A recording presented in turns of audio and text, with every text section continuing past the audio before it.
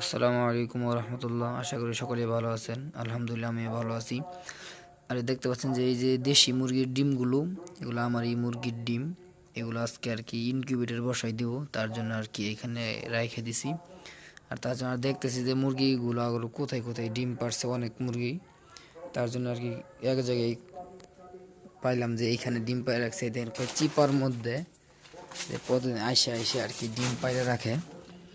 এই যে এখানে একটা কার্টুন, এই কার্টুনের মধ্যে এই যে ডিম পাইরে রাখছে, আমরা জানিও না। তো খোঁজার পর পাইলাম এখানে 5টা ডিম। একটা ডিম রাইখা দিই, কালকে আবার ডিম পাড়তে আসবো। এখানে একটা রাইখা দিলাম। আপনাদেরকে আরো দেখাচ্ছি যে আরো কোথায় কোথায় ডিম পারে মুরগি, ওগুলা খুঁজে পাওয়া অসম্ভব হয়ে যা। এই দেখেন আরো কোথায় কোথায় ডিম পাড়ে রাখে। এটা আমাদের রান্নাঘর।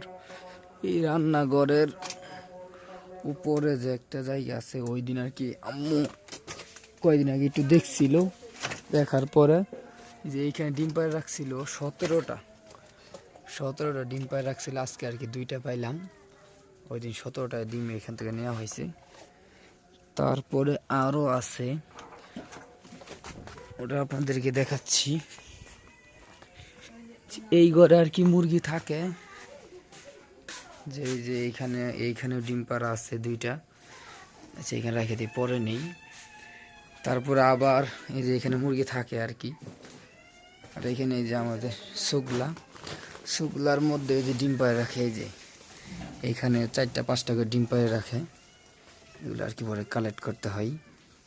এইগুলো নিয়ে আজকে সব ডিম আছে যা আছে সব বসাই দিম, সব ডিম বসাই দিম। আর এই যে এখানে আমার দেশি মুরগিগুলা,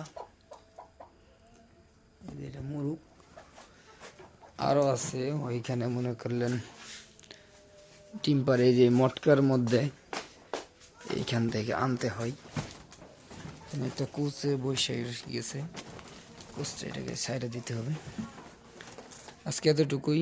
সকলে ভালো থাকবেন, দোয়া করবেন। আসসালামু আলাইকুম ওয়া রাহমাতুল্লাহ।